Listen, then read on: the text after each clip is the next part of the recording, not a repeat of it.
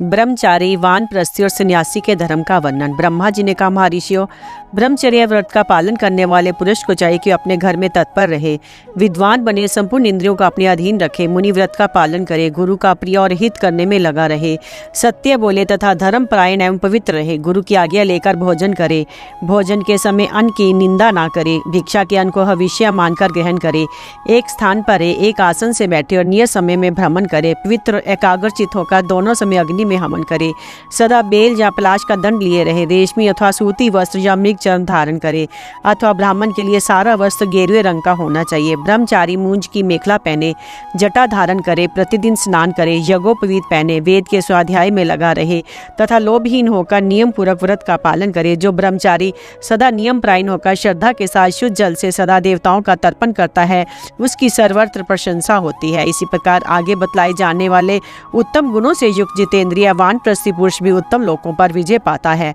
वे उत्तम स्थान को पाकर फिर संसार में जन्म धारण नहीं करता। वानप्रस्थी मुनि को घर की ममता त्याग कर गांव से बाहर निकलकर वन में निवास करना चाहिए। वे मृग चर्म अथवा वल्कल वस्त्र पहने, प्रातः और सायंकाल के समय स्नान करे, सदा वन में ही रहे, गांव में कभी प्रवेश न करे, अतिथि को आश्रय दे और समय पर उनका सत्कार करे, जंगली फल, मूल, पत्ता अथवा सावा खाकर जीवन निर्वाह करे, वन के सिवा अन्यत्र की जल वायु तक का सेवन न करे, अपने व्रत के अनुसार सदा सावधान रहकर क्रमशः उपयुक्त वस्तुओं का आहार करे। यदि कोई अतिथि आ जाए तो फल मूल की भिक्षा देकर उसका सत्कार करे, कभी आलस्य ना करे, जो कुछ भोजन अपने पास उपस्थित हो उसी में अतिथि को भिक्षा दे, मौन होकर पहले देवता और अतिथियों को भोजन दे, उसके बाद स्वयं अन्न ग्रहण करे, किसी के साथ लाग डांट ना रखे, हल्का भोजन करे, देवताओं का सहारा ले, इंद्रियों का संयम करे, सबके साथ मित्रता का बर्ताव करे, क्षमाशील बने और दाढ़ी मूंछ तथा सिर के बालों को कभी ना मुंडावे, समय पर अग्निहोत्र, वेदों का स्वाध्याय और सत्य धर्म का पालन करे, शरीर को सदा पवित्र रखे, धर्म पालन में कुशलता प्राप्त करे, सदा वन में रहकर चित्त को एकाग्र किए रहे। इस प्रकार उत्तम धर्मों का पालन करने वाला जितेंद्रिय वानप्रस्थी स्वर्ग पर विजय पाता है। ब्रह्मचारी, गृहस्थ अथवा वानप्रस्थ कोई भी क्यों ना हो, जो मोक्ष पाना चाहता है उसे उत्तम वृत्ति का आश्रय लेना चाहिए। संपूर्ण भूतों को अभेदान देकर कर्म त्याग रूप संन्यास धर्म का पालन करे, सब प्राणियों के सुख में सुख माने, सबके साथ मित्रता रखे, समस्त इंद्रियों का संयम और मुनि वृत्ति का पालन करे, बिना याचना किए, बिना संकल्प के देवात जो अन्न प्राप्त हो जाए उस भिक्षा से ही जीवन निर्वाह करे। गृहस्थों के यहाँ रसोई घर से जब धुआं निकलना बंद हो जाए, घर के सब लोग खा पी चुके, बर्तन धो मांझ कर रख दिए गए हों, उस समय मोक्ष धर्म के ज्ञाता सन्यासी को भिक्षा लेने की इच्छा करनी चाहिए। भिक्षा मिल जाने पर हर्ष और ना मिलने पर विषाद ना करे, बहुत अधिक भिक्षा का संग्रह ना करे, जितने से प्राण यात्रा का निर्वाह हो उतनी ही भिक्षा लेनी चाहिए। सन्यासी जीवन निर्वाह के लिए ही भिक्षा मांगे, उचित समय तक उसके मिलने की बाट देखे, चित्त को एकाग्र किए रहे, साधारण लाभ की इच्छा ना करे, जहाँ अधिक सम्मान होता हो वहाँ भोजन ना करे, मान प्रतिष्ठा के लाभ से सन्यासी को घृणा करनी चाहिए। वह जूठे, तिक्त, कसैले तथा कड़वे अन्न का स्वाद न ले, मधुर रस का भी आस्वादन ना करे, केवल जीवन निर्वाह के उद्देश्य से प्राण धारण मात्र के लिए उपयोगी अन्न का आहार करे। दूसरे प्राणियों की जीविका में बाधा पहुंचाए बिना ही यदि भिक्षा मिल जाती हो तभी उसे स्वीकार करे। भिक्षा मांगते समय दिए जाने वाले अन्न के सिवा दूसरा अन्न लेने की कदापि इच्छा ना करे। उसे अपने धर्म का प्रदर्शन नहीं करना चाहिए। रजोगुण से रहित होकर निर्जन स्थान में विचरते रहना चाहिए। रात को सोने के लिए सूने घर, जंगल, वृक्ष की जड़, नदी के किनारे अथवा पर्वत की गुफा का आश्रय लेना चाहिए। गाँव में एक रात से अधिक नहीं रहना चाहिए, किंतु वर्षा के 4 महीने किसी एक ही स्थान पर रहकर व्यतीत करने चाहिए। जब तक सूर्य का प्रकाश रहे तभी तक सन्यासी के लिए रास्ता चलना उचित है। वह कीड़े की तरह धीरे धीरे समूची पृथ्वी पर विचरता रहे।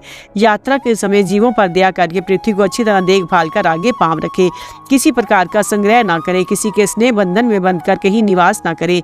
मोक्ष धर्म के ज्ञाता सन्यासी को उचित है कि सदा पवित्र जल से काम ले, तुरंत निकाले हुए जल से स्नान करे। अहिंसा, ब्रह्मचर्य, सत्य, सरलता, क्रोध का अभाव, दोष दृष्टि का त्याग, इंद्रिय संयम और चुगली न खाना, इन 8 व्रतों का सावधानी के साथ पालन करे। इंद्रियों को वश में रखे। उसका बर्ताव सदा पाप, शठता और कुटिलता से रहित होना चाहिए। जो अन्न अपने आप प्राप्त हो जाए उसको ग्रहण करना चाहिए, किंतु उसके लिए भी मन में इच्छा नहीं रखनी चाहिए। प्राण यात्रा का निर्वाह करने के लिए जितना अन्न आवश्यक है उतना ही ग्रहण करें। धर्मतः प्राप्त हुए अन्न का ही आहार करें। मन माना भोजन न करें। खाने के लिए अन्न और शरीर ढकने के लिए वस्त्र के सिवा किसी वस्तु का संग्रह न करें। भिक्षा भी जितनी एक समय भोजन के लिए आवश्यक हो उतनी ही ग्रहण करें, उससे अधिक नहीं। दूसरों के लिए भिक्षा न मांगे, स्वयं भी किसी को ना दे। बिना प्रार्थना के किसी कोई वस्तु स्वीकार न करें। किसी अच्छी वस्तु का उपभोग करके फिर उसके लिए लालायित न रहे। मिट्टी, जल, अन्न, पत्र, पुष्प और फल, ये वस्तुएं यदि किसी के अधिकार में ना हो तो आवश्यकता पड़ने पर सन्यासी इन्हें काम में ला सकता है। वे शिल्पकारी करके जीविका ना चलावे, स्वर्ण की इच्छा ना करे, ना किसी से द्वेष करे, ना किसी को उपदेश दे, सदा निर्विकार रहे, श्रद्धा से प्राप्त हुए पवित्र अन्न का आहार करे, मन में कोई निमित्त ना रखे, सबके साथ अमृत के समान मधुर बर्ताव करे, कहीं भी आसक्त ना हो, किसी भी प्राणी के साथ परिचय ना बढ़ावे, कामना और हिंसा से युक्त कर्म का ना स्वयं अनुष्ठान करे, ना दूसरों से करावे, सब पदार्थों की आसक्ति का उल्लंघन करके थोड़े में संतुष्ट हो, सब और विचरता रहे, स्थावर और जंगम सभी प्राणियों के प्रति समान भाव रखे, किसी दूसरे प्राणी को उद्वेग में ना डाले, स्वयं भी किसी से उद्विग्न ना हो। जो सब प्राणियों का विश्वास पात्र बन जाता है वह सबसे श्रेष्ठ और मोक्ष धर्म का ज्ञाता कहलाता है। सन्यासी को उचित है कि भविष्य के लिए विचार न करे, बीती बात की चिंता छोड़ दे, वर्तमान की भी उपेक्षा कर दे, केवल काल की प्रतीक्षा करता हुआ चित्तवृत्तियों को रोकने का प्रयत्न करे, नेत्र से, मन से और वाणी से किसी वस्तु को दूषित ना करे, सबके सामने या दूसरों की आंख बचाकर कोई बुराई ना करे। जैसे कछुआ अपने अंगों को सब ओर से समेट लेता है, उसी प्रकार इंद्रियों को विषयों की ओर हटा ले, इंद्रिया मन और बुद्धि को दुर्बल करके निश्चेष्ट हो जाए, संपूर्ण तत्वों का ज्ञान प्राप्त करे, द्वंद्वों से प्रभावित ना हो, किसी के सामने माथा ना टेके, स्वाहाकार का परित्याग करे, ममता और अहंकार से रहित हो जाए, योगक्षेम की चिंता ना करे, मन पर विजय प्राप्त करे। जो निष्काम, निर्गुण, शांत, अनासक्त, निराश्रय, आत्मपरायण और तत्व का ज्ञाता होता है वह निस्संदेह मुक्त हो जाता है। जो मनुष्य हाथ, पैर, पीठ, मस्तक और उदर आदि अंगों से रहित, गुण कर्मों से हीन, केवल निर्मल, स्थिर, रूप, रस, गंध, स्पर्श और शब्द से रहित, ज्ञेय, अनासक्त, मान से हीन, निश्चिंत, अविनाशी, दिव्य और संपूर्ण प्राणियों में स्थित आत्मा को देखते उनकी कभी मृत्यु नहीं होती, उस आत्म तत्व तक बुद्धि, इंद्रिय और देवताओं की भी पहुंच नहीं होती, वेद, यज्ञ, लोक, तप और व्रत का भी वहां प्रवेश नहीं होता। वहां केवल ज्ञानवान महात्मा किसी प्रकार का ब्रह्म चिन्ह धारण किए बिना ही जा सकते हैं। इसलिए ब्रह्म चिन्हों से रहित धर्म को जानकर उसका यथार्थ रूप से पालन करना चाहिए। विद्वान पुरुष को उचित है कि वह विज्ञान के अनुरूप आचरण करे, मूढ़ न होकर भी मूढ़ के समान बर्ताव करे, किंतु अपने किसी व्यवहार से धर्म को कलंकित ना करे। जिस काम के करने से समाज के दूसरे लोग अनादर करें वैसा ही काम सदा करता रहे, किंतु सत्पुरुषों के धर्म की निंदा ना करे। जो इस प्रकार का बर्ताव करते हुए धर्म का पालन करता है वह श्रेष्ठ मुनि कहलाता है। जो मनुष्य इंद्रियां, उनके विषय, पंच महाभूत, मन, बुद्धि, अहंकार, प्रकृति और पुरुष, इन सब का विचार करके इनके तत्व का यथावत निश्चय कर लेता है तथा एकांत में बैठकर परमात्मा का ध्यान करता है, वह आकाश में विचरने वाली वायु की भांति सब प्रकार की आसक्तियों से छूटकर पंचकोशों से रहित, निर्भय तथा निराश्रय होकर मुक्त एवं परमात्मा को प्राप्त हो जाता है। परमात्मा की प्राप्ति के उपायों का वर्णन। ब्रह्मा जी ने कहा, महर्षियों, निश्चित बात कहने वाले वृद्ध ब्राह्मण संन्यास को तप कहते हैं और ज्ञान को ही पारब्रह्म का स्वरूप मानते हैं। वे ब्रह्म अज्ञानियों से अत्यंत दूर, निर्द्वंद, निर्गुण, नित्य, अचिंत्य और श्रेष्ठ है। धीर पुरुष ज्ञान और तपस्या के द्वारा उसका साक्षात्कार करते हैं। जिनके मन की मैल धुल गई है, जो परम पवित्र हैं, जिन्होंने रजोगुण को त्याग दिया है, जिनका अंतःकरण निर्मल है, जो संन्यास प्रायण तथा ब्रह्म के ज्ञाता है, वे तपस्या के द्वारा कल्याणमय पथ का आश्रय लेते हैं, परमेश्वर को प्राप्त होते हैं। ज्ञानी पुरुषों का कहना है कि तपस्या दीपक है, आचार धर्म का साधक है, ज्ञान पारब्रह्म का स्वरूप है और सन्यासी उत्तम तप है। जो तत्व का पूर्ण निश्चय करके संपूर्ण प्राणियों के भीतर रहने वाले आत्मा को जान लेता है वह सर्वत्र विचरने वाला एवं सर्वज्ञ हो जाता है। जो किसी वस्तु की कामना तथा किसी की अवहेलना नहीं करता वह इस लोक में रहकर भी ब्रह्म स्वरूप को प्राप्त हो जाता है। जो सब भूतों में प्रधान प्रकृति को तथा उसके गुण एवं तत्व की भली भांति जानकर ममता और अहंकार से रहित हो जाता है, उसके मुक्त होने में तनिक भी संदेह नहीं है। शुभ और अशुभ समस्त त्रिगुणात्मक कर्मों का तथा सत्य और असत्य का भी त्याग करने से जीव को अवश्य मोक्ष प्राप्त होता है। ये देह एक वृक्ष के समान है, अज्ञान इसका मूल जड़ है, बुद्धि स्कंद, अहंकार शाखा है, इंद्रियां खोखले हैं और पंच महाभूत इसके विशाल अवयव हैं जो वृक्ष की शोभा बढ़ाते हैं। इसमें सदा ही संकल्प रूपी पत्ते उगते और कर्म रूपी फूल खिलते रहते हैं। शुभ शुभ कर्मों से प्राप्त होने वाले सुख दुख आदि में इसमें सदा लगे रहने वाले फल हैं। इस प्रकार ब्रह्म रूपी बीज से प्रकट होकर प्रवाह रूप से सदा मौजूद रहने वाला ये देह रूपी वृक्ष समस्त प्राणियों के जीवन का आधार है। बुद्धिमान पुरुष तत्व ज्ञान रूपी खड़ग से इस वृक्ष को काटकर जब जन्म, मृत्यु और जरावस्था के चक्कर में डालने वाले आसक्ति रूप बंधनों को तोड़ डालता है तथा ममता और अहंकार से रहित हो जाता है, उस समय उसे अवश्य मुक्ति प्राप्त होती है। जो मनुष्य अंत काल में आत्मा का ध्यान करके सांस लेने में जितनी देर लगती है उतनी देर भी समभाव में स्थित होता है, वह मोक्ष प्राप्त करने का अधिकारी हो जाता है। जो एक निमेष भी अपने मन को आत्मा में एकाग्र कर लेता है वह अंतःकरण की प्रसन्नता को पाकर विद्वानों की प्राप्त होने वाली अक्षय गति को पा जाता है। प्राणायाम के द्वारा पुनः पुनः प्राणों का संयम करने वाला पुरुष भी परमात्मा को प्राप्त होता है। इस प्रकार प्रकार जो पहले अपने अंतःकरण को शुद्ध कर लेता है वह जो जो चाहता है उसी उसी वस्तु को पा जाता है। सत्व के महत्व को जानने वाले विद्वान इस जगत में सत्व से बढ़कर और किसी वस्तु की प्रशंसा नहीं करते। द्विजवरों, हम अनुमान प्रमाण के द्वारा इस बात को अच्छी तरह जानते हैं कि अंतर्यामी परमात्मा सत्व में ही स्थित है। सत्व के सिवा दूसरी किसी मार्ग से उनके पास पहुंचना असंभव है। क्षमा, धैर्य, अहिंसा, समता, सत्य, सरलता, ज्ञान, त्याग तथा संन्यास ये सात्विक बर्ताव के अंतर्गत माने गए हैं। सत्व और पुरुष की भिन्नता, बुद्धिमान की प्रशंसा, पंचभूतों के गुण और आत्मा की श्रेष्ठता का वर्णन। ब्रह्मा जी ने कहा, महर्षियों, जो लोग प्राणियों की हिंसा करते हैं, नास्तिक वृत्ति का आश्रय लेते हैं और लोभ तथा मोह में फंसे हुए हैं, उन्हें नरक में गिरना पड़ता है। जो विद्वान आलस्य छोड़कर श्रद्धा के साथ वेदोक्त कर्मों का अनुष्ठान करते हैं, उनके फल में आसक्त नहीं होते, वे धीर और उत्तम दृष्टि वाले माने गए हैं। अब मैं ये बता रहा हूँ कि सत्व और क्षेत्रज्ञ का परस्पर संयोग और वियोग कैसे होता है। इस विषय को ध्यान देकर सुनो। इन दोनों में विषयी भाव संबंध माना गया है। इनमें पुरुष तो विषयी है और सत्व विषय। मनीषी पुरुष सत्व को द्वंद्व युक्त बतलाते हैं और क्षेत्रज्ञ निर्द्वंद, निष्कल, नित्य और निर्गुण है। जैसे कमल के पत्ते पर पड़ी हुई जल की चंचल बूंद उसे भिगो नहीं पाती, उसी प्रकार विद्वान पुरुष समस्त गुणों से संबंध रखते हुए भी किसी से लिप्त नहीं होता। अतः क्षेत्रज्ञ पुरुष असंग है, इसमें तनिक भी संदेह नहीं है। जिसकी बुद्धि अच्छी नहीं है उसे हजार उपाय करने पर भी ज्ञान नहीं होता, और जो बुद्धिमान है वह चौथाई प्रयत्न से भी ज्ञान पाकर सुख का अनुभव करता है।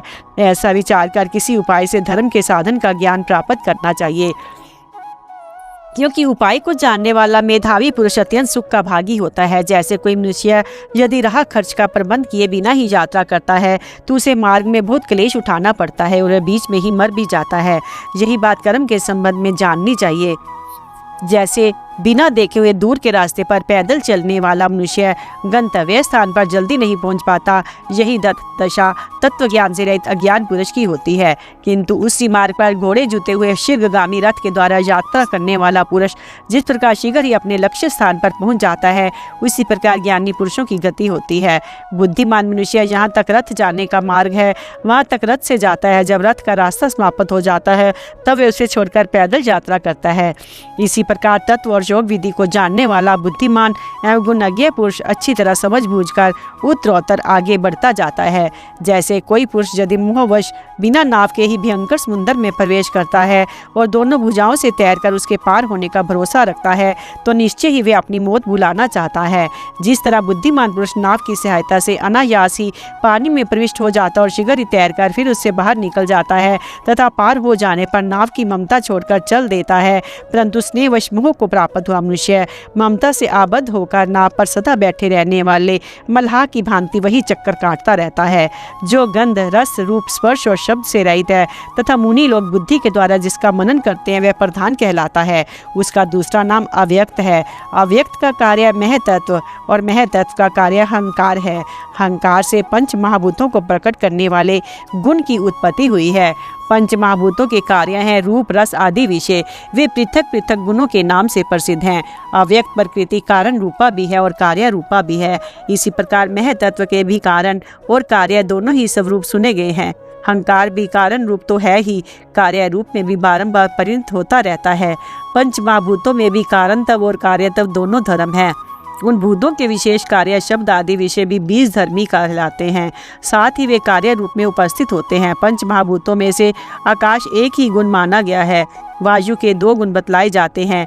तेज 3 गुणों से युक्त कहा जाता है। जल के 4 गुण हैं और पृथ्वी के 5 गुण समझने चाहिए। वह स्थावर जंगम प्राणियों से भरी हुई समस्त जीवों को जन्म देने वाली, शुभ और अशुभ का निर्देश करने वाली है। शब्द, स्पर्श, रूप, रस और गंध ये ही पृथ्वी के 5 गुण हैं। इनमें गंध उसका खास गुण है। गंध अनेकों प्रकार की होती है। मैं उसके गुणों का विस्तार के साथ वर्णन करूंगा। इष्ट, अनिष्ट, मधुर, अमल, कटु, निर्हारी, मिश्रित, स्निग्ध, रुक्ष और विशद ये पार्थिव गंध के 8 भेद समझने चाहिए। शब्द, स्पर्श, रूप और रस ये जल के 4 गुण माने गए हैं। अब मैं रस विज्ञान का वर्णन करता हूँ। रस के बहुत से भेद हैं। मीठा, खट्टा, कड़वा, तीता, कसैला और नमकीन। इस प्रकार 6 भेदों में जल में रस का विस्तार बताया गया है। शब्द, स्पर्श और रूप, ये तेज के 3 गुण हैं। इनमें रूप ही तेज का मुख्य गुण है। रूप में भी कई भेद हैं: शुक्ल, कृष्ण, रक्त, नील, पीत, अरुण, छोटा, बड़ा, मोटा, दुबला, चौकोना और गोल। इस तरह तेजस रूप का 12 प्रकार से विस्तार देखा जाता है। शब्द और स्पर्श, ये वायु के 2 गुण हैं। इनमें भी स्पर्श ही वायु का प्रधान गुण है। स्पर्श भी कई प्रकार का माना गया है: रूखा, ठंडा, गर्म, स्निग्ध, विशद, कठिन, चिकना, श्लक्षण, पिच्छल, कठोर और कोमल। इन 12 प्रकारों से वायु के गुण स्पर्श का विस्तार बतलाया गया है। आकाश का एक ही गुण शब्द है। शब्द के बहुत से गुण हैं, उनका विस्तार के साथ वर्णन करता हूँ। षडज, ऋषभ, गांधार, मध्यम, पंचम, निषाद, दैवत, इष्ट, अनिष्ट और सहंत, ये आकाश जनित शब्द के 10 भेद हैं। आकाश सब भूतों में श्रेष्ठ है। उससे श्रेष्ठ अहंकार, अहंकार से श्रेष्ठ बुद्धि, बुद्धि से श्रेष्ठ आत्मा, उससे श्रेष्ठ अव्यक्त प्रकृति और प्रकृति से श्रेष्ठ पुरुष है। जो मनुष्य संपूर्ण भूतों के भूत, भविष्य का ज्ञाता, समस्त कर्मों की विधि को जानकर और सब प्राणियों को आत्म भाव से देखने वाला है, वे अविनाशी परमात्मा को प्राप्त होता है। तपस्या का प्रभाव, आत्मा का स्वरूप, उसके ज्ञान की महिमा तथा अनुगीता का उपसंहार। ब्रह्मा जी कहा, महर्षियों, जैसे सारथी अच्छे घोड़ों को अपने काबू में रखता है, उसी प्रकार मन संपूर्ण इंद्रियों पर शासन करता है। इंद्रियां, मन और बुद्धि ये सदा क्षेत्रज्ञ के साथ संयुक्त रहते हैं। जिसमें इंद्रियां रूपी घोड़े जुते हुए हैं, जिसका बुद्धि रूप सारथी के द्वारा नियंत्रण हो रहा है, उस देह रूपी रथ पर सवार होकर वह भूत आत्मा चारों ओर दौड़ लगाता रहता है। ब्रह्म में रथ सदा रहने वाला और महान है।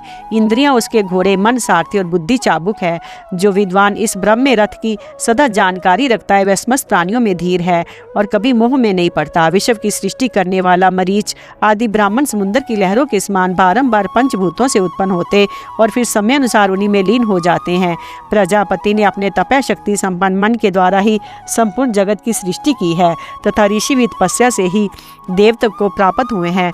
फल मूल का भोजन करने वाले सिद्ध महात्मा तपस्या के प्रभाव से चित्त को एकाग्र करके तीनों लोकों की बातें प्रत्यक्ष देखते हैं। आरोग्य की साधनभूत औषधियाँ और नाना प्रकार की विद्याएं तप से ही सिद्ध होती है। सारे साधनों की जड़ तपस्या ही है। जिसको पाना, जिसका अभ्यास करना, जिसे दबाना और जिसकी संगति लगाना नितांत कठिन है, वह सब तपस्या के द्वारा साध्य हो जाता है। क्योंकि तप का प्रभाव दुर्लंघ्य है। शाबी, ब्रह्म हत्यारा, चोर, गर्भ नष्ट करने वाला, गुरु पत्नी की शैया पर सोने वाला महापापी भी भली भांति तपस्या करके ही उस महान पाप से छुटकारा पा सकता है। मनुष्य, पितृ देवता, पशु, मृग, पक्षी तथा अन्य जितने चराचर प्राणी हैं, वे सब सदा तपस्या में संलग्न होकर ही सिद्धि प्राप्त करते हैं। तपस्या के बल से ही महामायावी देवता स्वर्ग में निवास करते हैं। जो लोग आलस्य त्याग कर अहंकार से युक्त हो सकाम कर्म का अनुष्ठान करते हैं, वे प्रजापति के लोक में जाते हैं। जो ध्यान योग का आश्रय लेकर सदा प्रसन्नचित रहते हैं, वे आत्मवेताओं में श्रेष्ठ पुरुष सुख की राशिभूत अव्यक्त परमात्मा में प्रवेश करते हैं। किंतु जो ध्यान योग से पीछे लौटकर अर्थात ध्यान में असफल होकर ममता और अहंकार से रहित होकर जीवन व्यतीत करता है, वह अव्यक्त प्रकृति में लीन होता है। फिर स्वयं भी अव्यक्त संज्ञा को प्राप्त होकर अव्यक्त से ही प्रकट होता है और केवल सत्व का आश्रय लेकर तमोगुण एवं रजोगुण के बंधन से छुटकारा पा जाता है। जो सब पापों से मुक्त होकर सबकी सृष्टि करता है, उसे अखंड ब्रह्म एवं क्षेत्रज्ञ समझना चाहिए। जो मनुष्य उसका ज्ञान प्राप्त कर लेता है, वही वेद वेता है। मुनि को उचित है कि चिंतन के द्वारा चेतना पाकर मन और इंद्रियों को एकाग्र करके परमात्मा के ध्यान में स्थित हो जाए, क्योंकि जिसका चित्त जिसमें लगा होता है, वह निश्चय ही उसका स्वरूप हो जाता है। ये सनातन गोपनीय रहस्य है। 2 अक्षर का पद मम, ये मेरा है, ऐसा भाव मृत्यु रूप, और 3 अक्षर का पद ना मम, ये मेरा नहीं है, ऐसा भाव सनातन ब्रह्म की प्राप्ति कराने वाला है।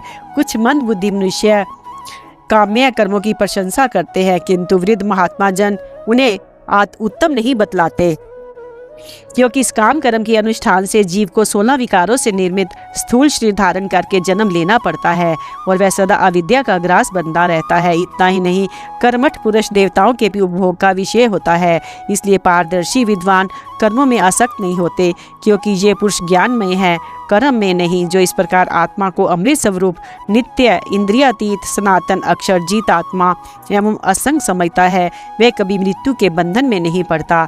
जिसकी दृष्टि में आत्मा अपूर्व, अकृत, नित्य, कूटस्थ, अग्री और अमृताशी है, वह इन गुणों का चिंतन करने से स्वयं भी अग्री एवं अमृत स्वरूप हो जाती है। जो चित्त को शुद्ध करने वाले मैत्री, करुणा आदि संपूर्ण संस्कारों का संपादन करके मन को आत्मा में ध्यान लगा देता है, वही उसके कल्याण में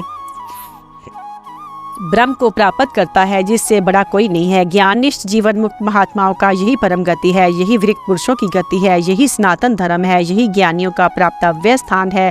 जो संपूर्ण भूतों में समान भाव रखता है, लोभ और कामना से रहित है तथा जिसकी सर्वत्र समान दृष्टि रहती है, वे ज्ञानी पुरुष भी इस गति को प्राप्त कर सकता है। ब्रह्म ऋषियों, ये सब विषय मैंने विस्तार के साथ तुम लोगों को बता दिया, इसी के अनुसार आचरण करो, इससे तुम्हें शीघ्र ही सिद्धि प्राप्त होगी। गुरु ने कहा, बेटा, ब्रह्मा जी के इस प्रकार उपदेश देने पर महात्मा मुनियों ने इसी के अनुसार आचरण किया, इससे उन्हें उत्तम लोक की प्राप्ति हुई। महाभाग, तुम्हारा चित्त शुद्ध है, इसलिए तुम भी मेरे बताए हुए ब्रह्मा जी के उत्तम उपदेश का पालन करो, इससे तुम्हें भी सिद्धि प्राप्त होगी। श्री कृष्ण ने कहा, अर्जुन, गुरुदेव के ऐसा कहने पर उस शिष्य ने समस्त उत्तम धर्मों का पालन किया, इससे वह संसार बंधन से मुक्त एवं कृतार्थ हो गया।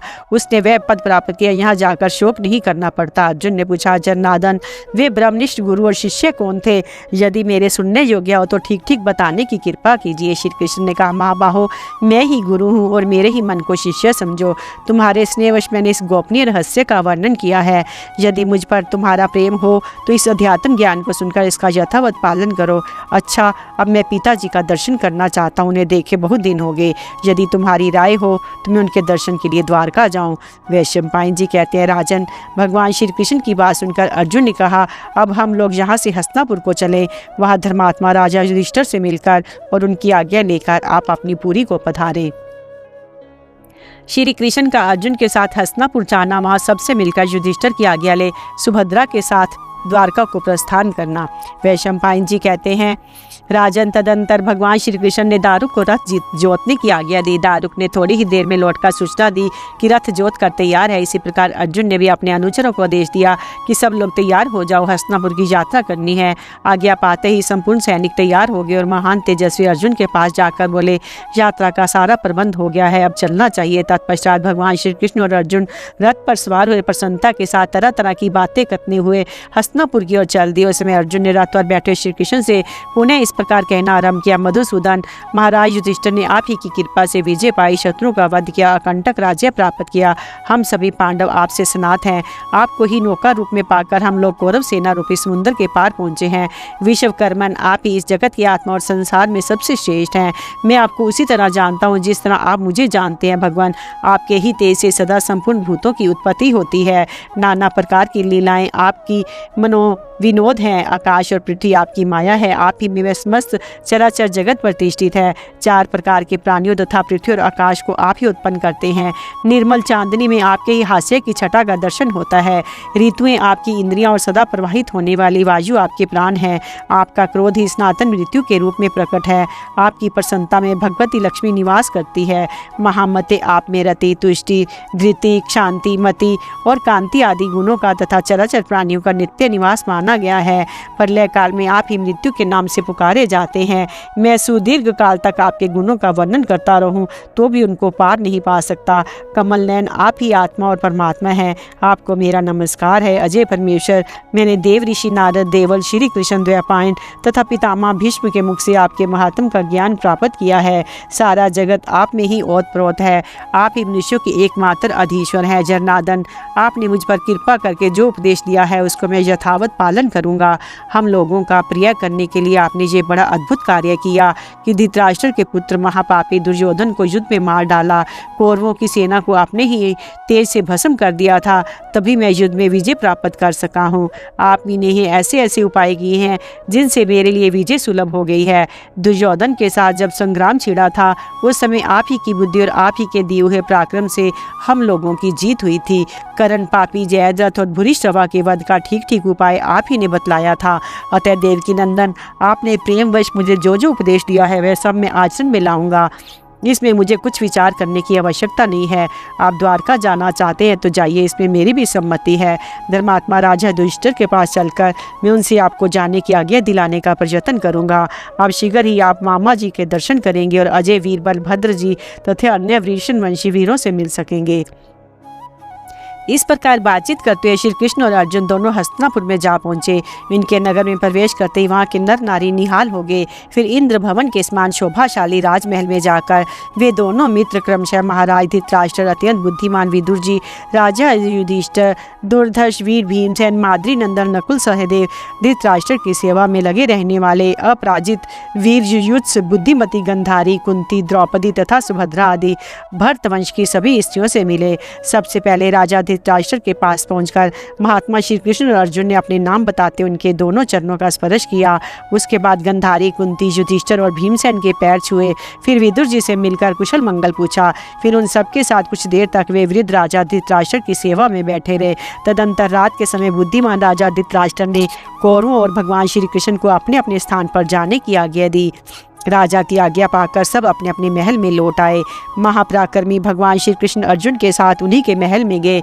वहां उनका विधिवत आदर सत्कार हुआ और वे इच्छा अनुसार भोजन आदि से निवृत्त होकर अर्जुन के साथ सो रहे। जब रात बीत गई तो प्रातःकाल पूर्वाह्न की क्रिया, संध्या वदन आदि करके वे दोनों धर्मराज युधिष्ठिर के महल में गए। यहाँ वे अपने मंत्रियों के साथ रहते थे। उस सुंदर भवन में प्रवेश करके उन दोनों महात्माओं ने धर्मराज का दर्शन किया। उनके आगमन से महाराज युधिष्ठिर को बड़ी प्रसन्नता हुई। फिर उनकी आज्ञा देने पर वे दोनों मित्र उत्तम आसनों पर विराजमान हुए। राजा युधिष्ठिर की बुद्धि बड़ी सूक्ष्म थी। उन्होंने देखते ही ताड़ लिया कि ये दोनों मुझसे कुछ कहना चाहते हैं। अतः वे इस प्रकार बोले, वीरवरों, मालूम होता है कि तुम लोग मुझसे कुछ कहना चाहते हो। जो भी कहना हो कहो, मैं वह सब शीघ्र ही पूर्ण करूंगा। तुम मन में कुछ अन्यथा विचार ना करो। ये सुनकर बातचीत करने में परम चतुर अर्जुन ने धर्मराज के पास जाकर बड़े विनीत भाव से कहा, राजन, महाप्रतापी भगवान श्री कृष्ण को यहाँ रहते बहुत दिन हो गए। अब ये आपकी आज्ञा लेकर अपने पिताजी का दर्शन करना चाहते हैं। यदि आप स्वीकार करें तो हर्षपूर्वक आज्ञा दे, तभी ये द्वारकापुरी को जाएंगे। अतः मेरी प्रार्थना है कि आप इन्हें जाने की आज्ञा दे दें। युधिष्ठिर ने कहा, मधुसूदन, आपका कल्याण हो। आप शूरनंदन वसुदेव जी का दर्शन करने के लिए आज ही द्वारका जाइए। महाबाहो, आपकी इस यात्रा में मेरी पूरी सम्मति है। आपने मेरे मामा जी और देवकी देवी जी को बहुत दिनों से नहीं देखा है। अतः वहां जाकर उन सब से मिलिए तथा मेरी ओर से मामा जी को प्रणाम कहकर भैया बलदाऊ को भी यथा योग्य सत्कार कीजिए। भक्तों को मान देने वाले श्री कृष्ण द्वारका जाने पर आप भीमसेन, अर्जुन, नकुल और सहदेव के साथ मेरी भी याद सदा बनाए रखिएगा।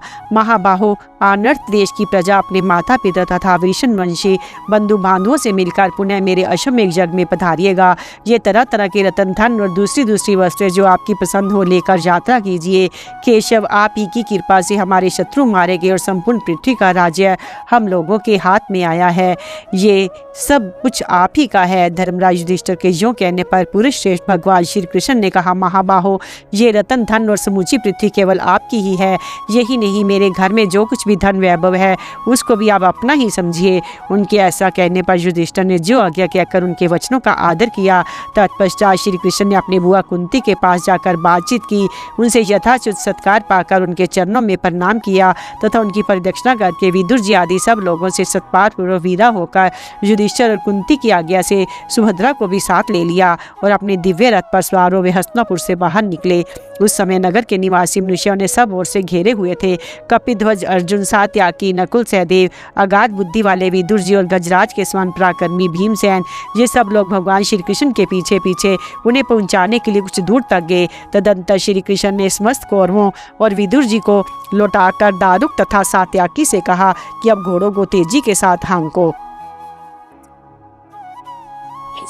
मार्ग में श्री कृष्ण से कौरवों की विनाश की बात सुनकर उन्तक मुनि का कुपित होना और श्री कृष्ण को शांत करके अपने अध्यात्म ज्ञान का वर्णन करना। वैशंपायन जी कहते हैं, राजन, इस प्रकार द्वारका जाते हुए श्री कृष्ण को गले लगाकर सम पांडव अपने सेवकों सहित पीछे लौटे। अर्जुन ने बार बार उन्हें छाती से लगाया और जब तक वे आंखों से ओझल लिए तब तक उन्हीं की ओर दृष्टि लगाए खड़े रहे। श्री कृष्ण का भी यही हाल था। जब रथ दूर चला गया तो अर्जुन ने बड़े कष्ट से श्री कृष्ण की ओर लगी हुई दृष्टि पीछे को लौटाई। इसी प्रकार श्री कृष्ण ने भी बड़ी कठिनता से अर्जुन की ओर से दृष्टि हटाई। भगवान की यात्रा के समय अनेकों अद्भुत शकुन होने लगे। हवा बड़े वेग से आती उनके रथ के आगे से धूल, कंकड़ और कांटे उड़ाकर अलग कर देती थी। इंद्र पवित्र एवं सुगंधित जल तथा दिव्य पुष्पों की वर्षा करते थे। इस प्रकार समतल भूमि पर यात्रा करते हुए महाबाहु श्री कृष्ण मारवाड़ देश में जा पहुँचे। वहाँ उन्होंने अमित तेजस्वी उन्तक मुनि का दर्शन एवं पूजन किया। तत्पश्चात मुनि ने भी उनका स्वागत सत्कार किया। फिर दोनों ने दोनों की कुशल पूछी। इसके बाद विप्रवर उन्तक मुनि ने भगवान से प्रश्न किया, श्री कृष्ण, क्या तुम पांडवों के घर जाकर उनसे मेल करा आए? क्या अब उनमें अविचल भातृभाव स्थापित हो गया है? वे तुम्हारे संबंधी और परम प्रिय हैं। उन वीरों में संधि कराकर ही तो लौट रहे हो ना? क्या अब पांडु और धृतराष्ट्र के पुत्र तुम्हारे साथ संसार में सुखपूर्वक विचर सकेंगे? कौरवों के शांत हो जाने से तुम्हारे द्वारा सुरक्षित पांडवों की अब अपने राज्य में सुख मिलेगा ना? तात मैं सदा इस बात की संभावना करता था कि तुम्हारे प्रयत्न करने से कौरव पांडवों में मेल हो जाएगा। मेरी वे आशा असफल तो नहीं हुई। भगवान श्री कृष्ण ने कहा, महर्षि, मैंने कौरवों के पास जाकर उन्हें शांत करने के लिए बड़ी कोशिश की, किंतु वे किसी तरह संधि के लिए तैयार नहीं हुए। इस कारण सब के सब अपने पुत्र और बांधवों से युद्ध में मारे गए। प्रारब्ध के विधान को कोई बुद्धि और बल से नहीं मिटा सकता। आपको तो ये सब बातें मालूम ही होगी। कौरवों ने मेरी भीष्म जी की तथा विदुर जी की सम्मति को ठुकरा दिया, इसलिए वे आपस में लड़कर नष्ट हो गए। पांडव पक्ष में भी युधिष्ठिर आदि 5 भाई ही बचे हैं। उनके सभी पुत्र युद्ध में काम आ चुके हैं। धृतराष्ट्र के पुत्रों में से युयुत्स के सिवा कोई नहीं बचा है। सभी अपने पुत्र और बांधवों सहित मारे गए हैं। श्री कृष्ण की बात सुनकर उन्तक मुनि बड़े क्रोध में भरकर बोले, मधुसूदन, कौरव तुम्हारे संबंधी और प्रेमी थे, तथापि शक्ति रहते हुए भी तुमने उनकी रक्षा नहीं की है। अतः आज मैं अवश्य तुम्हें शाप दूंगा। तुम उन्हें जबरदस्ती पकड़कर रोक सकते थे, पर ऐसा नहीं किया, इसलिए मैं क्रोध में भरकर तुम्हें शाप दिए बिना नहीं रह सकता। ओह, कुरुवंश के श्रेष्ठ वीर नष्ट हो गए और तुमने सामर्थ्य रहते हुए भी उनकी अपेक्षा करी। श्री कृष्ण ने कहा, भृगुनंदन, पहले मेरी बात तो सुनिए। आप तपस्वी हैं, इसलिए मेरी एक प्रार्थना स्वीकार कीजिए। मैं आपको अध्यात्म तत्व की बात सुना रहा हूँ। उसे सुनने के पश्चात आपकी इच्छा हो तो मुझे शाप दे दीजिएगा। इतना याद रखिए कि कोई भी पुरुष थोड़ी सी तपस्या के बल पर मेरा तिरस्कार नहीं कर सकता। आप तपस्वियों में श्रेष्ठ हैं। आपकी तपस्या का तेज बहुत बड़ा हुआ है। आपने गुरुजनों को भी अपनी सेवा से संतुष्ट किया है तथा बाल्यावस्था से ही आप ब्रह्मचर्य का पालन करते हैं। इन सब बातों को मैं अच्छी तरह जानता हूँ, इसलिए अत्यंत कष्ट सहकर संचित किए हुए आपके तप का नाश कराना नहीं चाहता। उन्तक ने कहा, केशव, तुम अपने कथन अनुसार उत्तम अध्यात्म तत्व का वर्णन करो। उसे सुनकर मैं तुम्हारे कल्याण के लिए आशीर्वाद दूंगा अथवा शाप ही दे दूंगा। श्री कृष्ण ने कहा, महर्षि, आपको मालूम होना चाहिए कि तमोगुण, रजोगुण और सत्वगुण ये सभी भाव मेरे ही आश्रित हैं।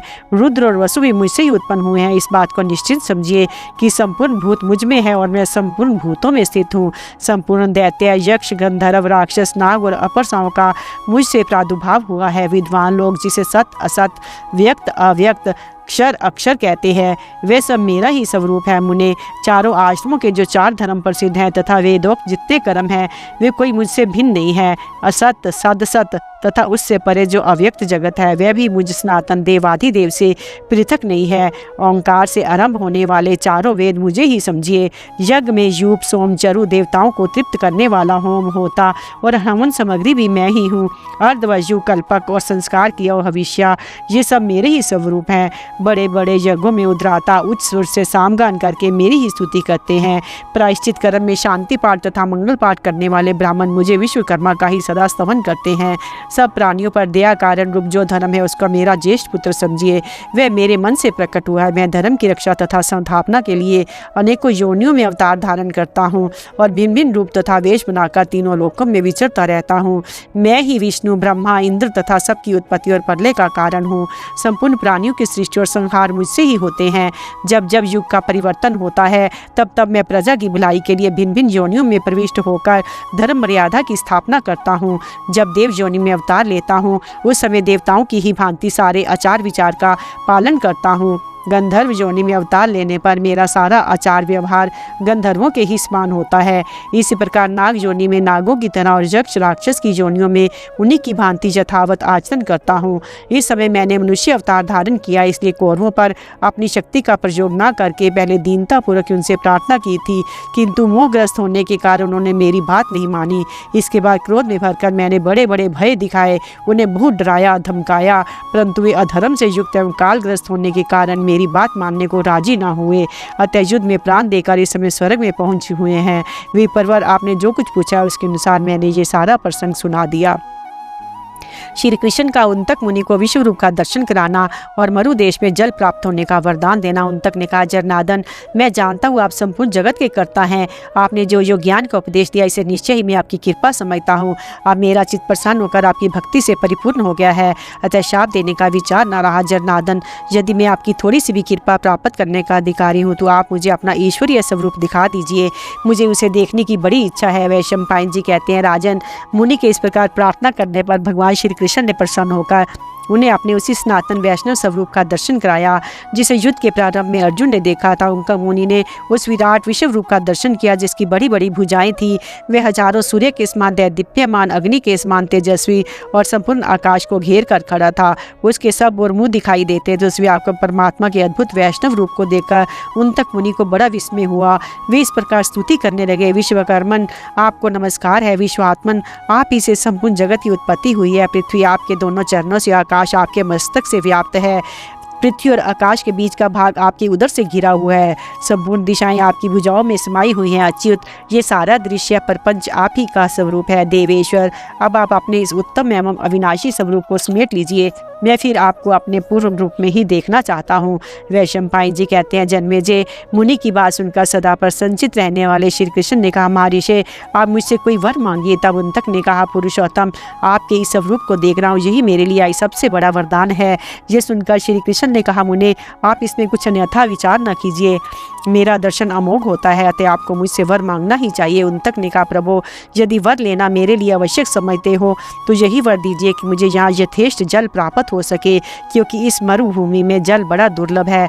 तदंतर भगवान ने अपने तेज को समेटकर उन्तक मुनि से कहा, महर्षि, जब जल की आवश्यकता हो तो मेरा स्मरण कीजिएगा।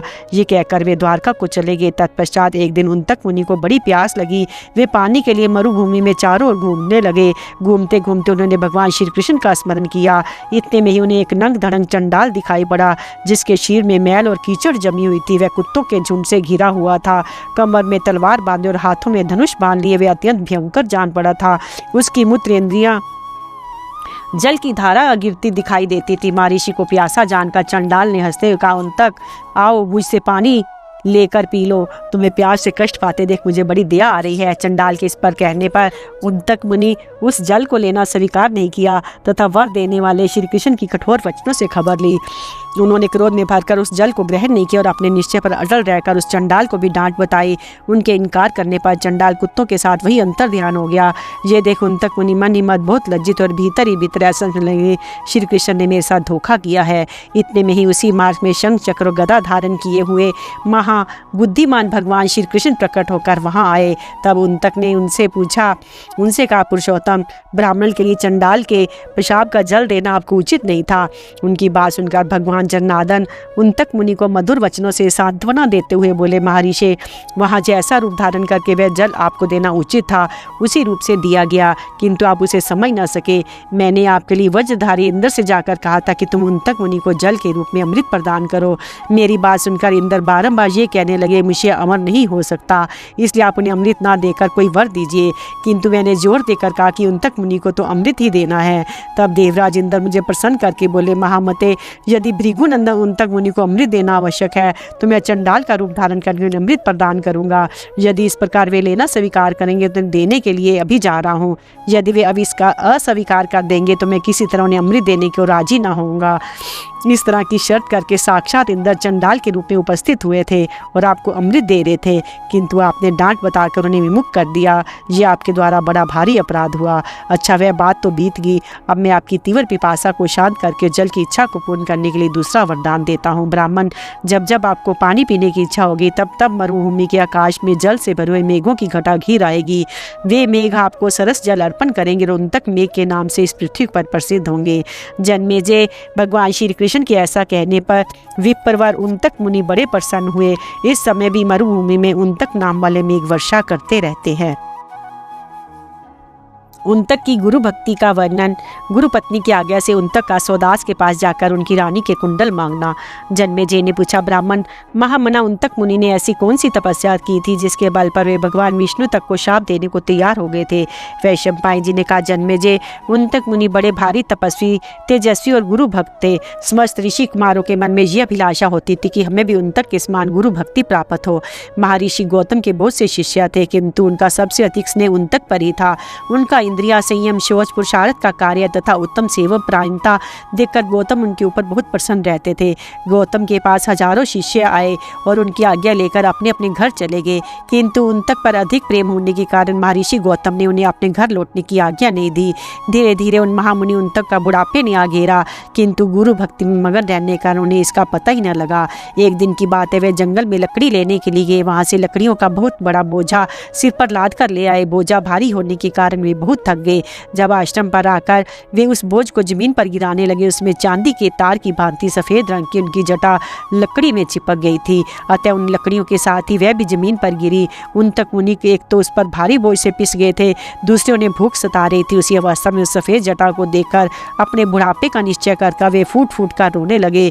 तब महर्षि गौतम ने वहां आकर पूछा, बेटा आज तुम्हारा मन शोक से व्याकुल क्यों हो रहा है? मैं इसका यथार्थ कारण सुनना चाहता हूँ। तुम निसंकोच होकर सब बातें बताओ। उन तक ने कहा, गुरुदेव मेरा मन आप ही में लगा रहता था। आप ही का प्रिय करने की इच्छा से मैं सदा आपकी सेवा में लगन रहता, आप ही में श्रद्धा रखता और आप ही की भक्ति किया करता था। इसलिए अब तक मुझे पता ही न चला कि कब मैं बूढ़ा हो गया। मैंने कभी कोई सुख नहीं उठाया। मुझे यहाँ रहते 100 वर्ष बीत गए तो भी आपने मुझे घर लौटने की आज्ञा नहीं दी। मेरे बाद सैकड़ों और हजारों शिष्य यहाँ आए जो आपकी आज्ञा लेकर चले गए। गौतम ने कहा, भृगुनंदन तुम्हारी गुरु शुश्रा देखकर तुम पर मेरा बहुत प्रेम हो गया था, इसलिए इतना अधिक समय बीत गया तो मेरे भी ध्यान में ये बात नहीं आई। अच्छा, अब यदि तुम जाना चाहो तो तुम्हें सहर्ष आज्ञा देता हूँ। शीघ्र अपने घर को जाओ, विलम्ब ना करो। उन तक ने कहा, भगवान मैं आपको गुरु दक्षिणा में क्या दूँ, ये बताने की कृपा कीजिए। उसे आपकी सेवा में अर्पण करने के बाद आज्ञा लेकर घर को जाऊँगा। गौतम ने कहा, बेटा सत्पुरुषों के मत में गुरुजनों को संतुष्ट करना ही उनके लिए सबसे बड़ी दक्षिणा है। तुमने जो सेवा की उससे मैं बहुत संतुष्ट हूँ, इसमें तनिक भी संदेह न मानो। तदंतर उन तक ने युवावस्था को प्राप्त होकर गुरु की आज्ञा से गुरु पत्नी के पास जाकर पूछा, माताजी मुझे आज्ञा दीजिए, गुरु दक्षिणा में आपको क्या दूं? मैं धन और प्राण देकर भी आपका प्रिय और हित करना चाहता हूँ। इस लोक में जो अत्यंत दुर्लभ, अद्भुत और बहुमूल्य रत्न होगा उसे भी मैं अपनी तपस्या से ला सकता हूँ, इसमें तनिक भी संशय नहीं है। अहिल्या बोली, बेटा मैं तुम्हारी भक्ति से बहुत संतुष्ट हूँ, यही मेरे लिए पर्याप्त दक्षिणा है। तुम्हारा कल्याण हो, अब तुम जहाँ जाना चाहो वहाँ जा सकते हो। ये सुनकर उन तक ने फिर कहा, माताजी मुझे आपका कोई ना कोई प्रिय कार्य करना ही है, इसलिए आज्ञा दीजिए, मैं क्या करूं? अहिल्या बोली, बेटा राजा सौदास की रानी ने अपने कानों में मन्यों के बने हुए 2 दिव्य कुंडल पहन रखे हैं, उन्हें मेरे लिए ला दो, उनसे गुरु दक्षिणा पूरी हो जाएगी। जाओ, तुम्हारा कल्याण हो। जन्मेजय बहुत अच्छा कहकर उन तक ने गुरु पत्नी की आज्ञा स्वीकार कर ली। उनका प्रिय करने की इच्छा उन कुंडलों को लाने की शीघ्रतापूर्वक चल दिए। जाते जाते मनुष्य भक्षी राजा सौदास के पास पहुंच गए। इधर उन तक मुनि को आश्रम में न देखकर गौतम ने अपनी पत्नी से पूछा, आज उन तक क्यों नहीं दिखाई देते? अहिल्या बोले, मेरे लिए कुंडल लाने गए हैं। ये सुनकर महर्षि ने कहा, ये तुमने अच्छा नहीं किया। राजा सौदास ब्राह्मणों के शाप से मनुष्य भक्षी राक्षस हो गए हैं, इसलिए उस ब्राह्मण को अवश्य मार डालेंगे। अहिल्या बोली, भगवान मैं इस बात को नहीं जानती थी, इसलिए उन्हें ऐसा काम सौंप दिया। मुझे विश्वास है आपकी कृपा से उन पर कोई आंच नहीं आने पाएगी। पत्नी के ऐसे कहने पर महर्षि गौतम बोले, अच्छा ऐसा ही हो। उधर उन तक ने निर्जन वन में जाकर राजा सौदास को देखा। बड़ी भयानक आकृति थी, लंबी लंबी दाढ़ी और मूछ, सारा शरीर मनुष्य के रक्त से रंगा हुआ। उन्हें देखकर उन तक को तनिक भी घबराहट नहीं हुई। उन्हें देखते ही यमराज के समान भयंकर राजा सौदास उठकर खड़े हो गए। उनके पास जाकर बोले, विप्र अहो भाग्य, जो दिन के छठे भाग में आप स्वयं ही मेरे पास चले आए। मैं इस समय आहार की खोज में ही था। उन तक ने कहा, राजन मैं गुरु दक्षिणा के लिए घूमता फिरता आपके पास आया हूँ। जो गुरु दक्षिणा देने के लिए उद्योग कर रहा हो उसकी हिंसा नहीं करनी चाहिए, ऐसा मनीषी पुरुषों का वचन है। राजा ने कहा, विपुर मैंने दिन के छठे भाग के आहार करने का नियम ले रखा है। ये वही समय है, मैं भूख से पीड़ित हो रहा हूँ, इसलिए आपको छोड़ नहीं सकता। उन तक ने कहा, महाराज यही सही, किंतु मेरी एक शर्त मान लीजिए। मैं गुरु दक्षिणा देकर फिर आपके अधीन हो जाऊंगा। मैंने अपने गुरु को जो वस्तु देने की प्रतिज्ञा की है वे आपके ही अधीन है, अतः आपसे उसकी भिक्षा मांगता हूँ। आप प्रतिदिन श्रेष्ठ ब्राह्मणों को बहुत सा रत्न दान करते हैं, इस पृथ्वी पर एक श्रेष्ठ दानी के रूप में प्रसिद्ध है और मुझे भी दान लेने का उत्तम पात्र समझिए। मैं गुरु को जो वस्तु देना चाहता हूँ उसका मिलना आपके ही हाथ में है, अतः मेरी अभीष्ट वस्तु मुझे दे दीजिए। महाराज, मैं आपसे सच्ची प्रतिज्ञा करता हूँ कि ये वस्तु गुरु को देखकर फिर अपनी की हुई शर्त के अनुसार आपके पास आ जाऊँगा। मेरी ये बात मिथ्या नहीं हो सकती। मैं कभी हंसी खेल में झूठ नहीं बोला हूँ, फिर ऐसे अवसर पर तो बोल ही कैसे सकता हूँ। सोदास ने कहा, ब्राह्मण, यदि आपकी गुरु दक्षिणा मेरे अधीन है तो उसे मिली हुई ही समझिए। अगर आप मेरी कोई वस्तु लेने के योग्य समझते हैं तो मांगिए, इस समय मैं आपको क्या दूं।